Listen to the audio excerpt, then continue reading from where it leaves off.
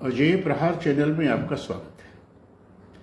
हम आज चर्चा करने जा रहे हैं उत्तर प्रदेश में निकायों के संदर्भ में। दरअसल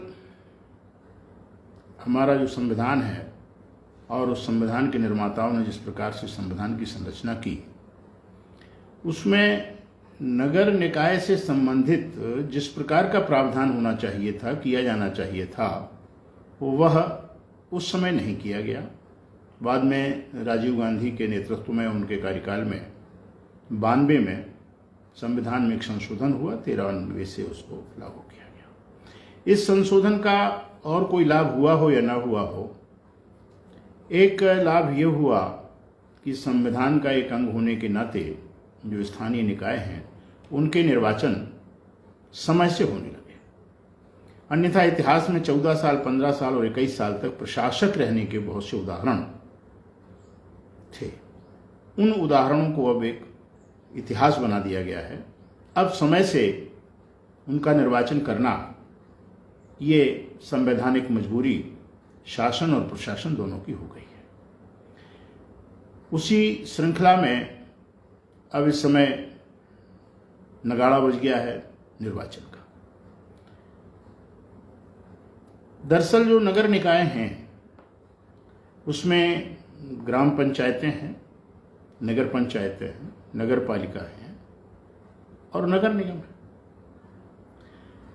ये इकाइयां ही जनता को कुछ देने की स्पष्ट कारगर रूपरेखा बना सकती हैं। कहने का मतलब, जो हमारा संविधान लोक कल्याणकारी संविधान की बात करते हैं हम, तो अभी कहीं से लोक कल्याण के कुछ चीज़ें, जो लोक कल्याणकारी शासन की जितनी अवधारणाएं हैं, जिस प्रकार विश्व में प्रचलित हैं, उनमें हम बहुत पीछे हैं।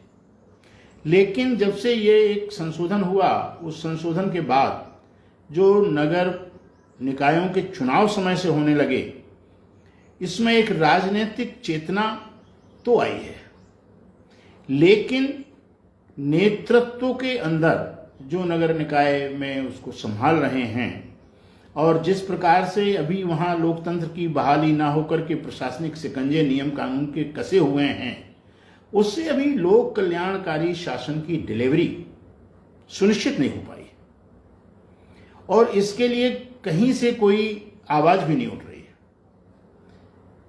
नगर निकाय सभी के सभी, कुछ एकाध को छोड़ करके नगर नेता उनकी प्रतिशत हो सकता है, उनमें स्वयं के अपने कार्यक्रम बना के संचालित करके और सब कुछ खर्चे कर लेने की आर्थिक स्थिति में वो नगर निकाय नहीं है, वो ग्राम्य निकाय नहीं है। ये एक बहुत गंभीर चिंता का विषय है।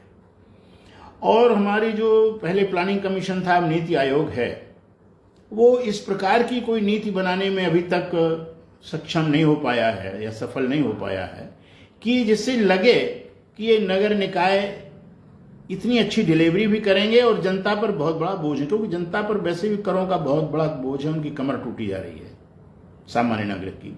अगर ये डिलीवरी करने में ये भी कोई टैक्सेशन लगाते हैं तो ये बहुत अच्छी बात नहीं होगी।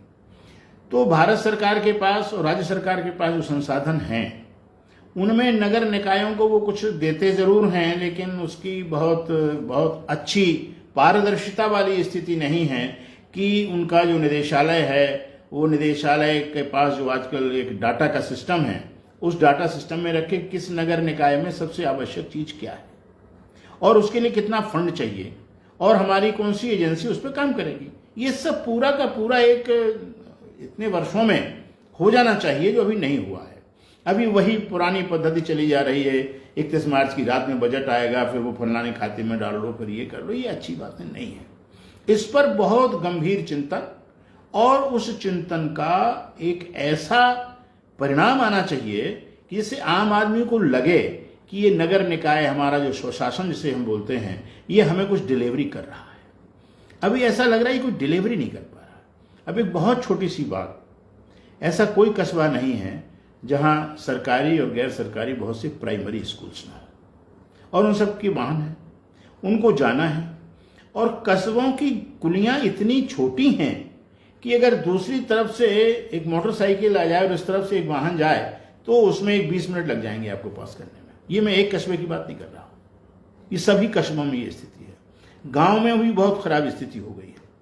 आप सीसी बना रहे हो, आपके पास सब प्लानिंग है, आप उस पर आंख मूंदे हो। ये कहाँ का, कौन सा, आप किस लोक में विचरण कर रहे हो? आम जनता को अगर कष्ट दे रहे हैं नगर निकाय, उसका मतलब कोई समाधान नहीं निकाल पा रहे हैं, तो ये बहुत गंभीर चिंतन का विषय है।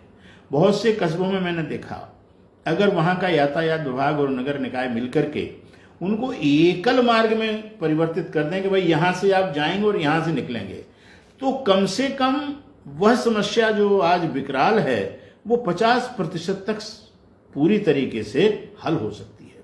बाकी अगर आप चबूतरे हटवा दें, अवैध निर्माणों को थोड़ा सा कंप्रोमाइज़ करा के अलग करा दें, उनको समझा बुझा के करा दें, मैं ये नहीं कहता कि तत्काल गिराई दें या बुलडोजर चलाई दें, ये ज़रूरी नहीं है, लेकिन लोगों की समझ में, जो ये मैं कह रहा हूँ लोगों की भी समझ में आ रहा है, पर उनको कोई मध्यस्थ ऐसा नहीं मिल पा रहा जो सरकारी पक्ष का भी हो, जनता के पक्ष का भी हो, और सब मिलकर के, जो हमारा वार्ड मेंबर है, जो हमारा चेयरमैन है, जो हमारा ईओ है, ये सब मिलकर के किसी एक चीज को लेकर के, कहीं गंभीरता नहीं है इस पूरे प्रदेश में, ये बहुत अच्छी बात नहीं है।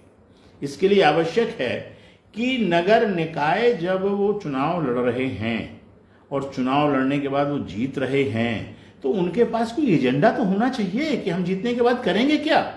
सबके पास एक ही एजेंडा है कि हम नगर पालिका से इतना माल पार करेंगे, ये अच्छी बात नहीं।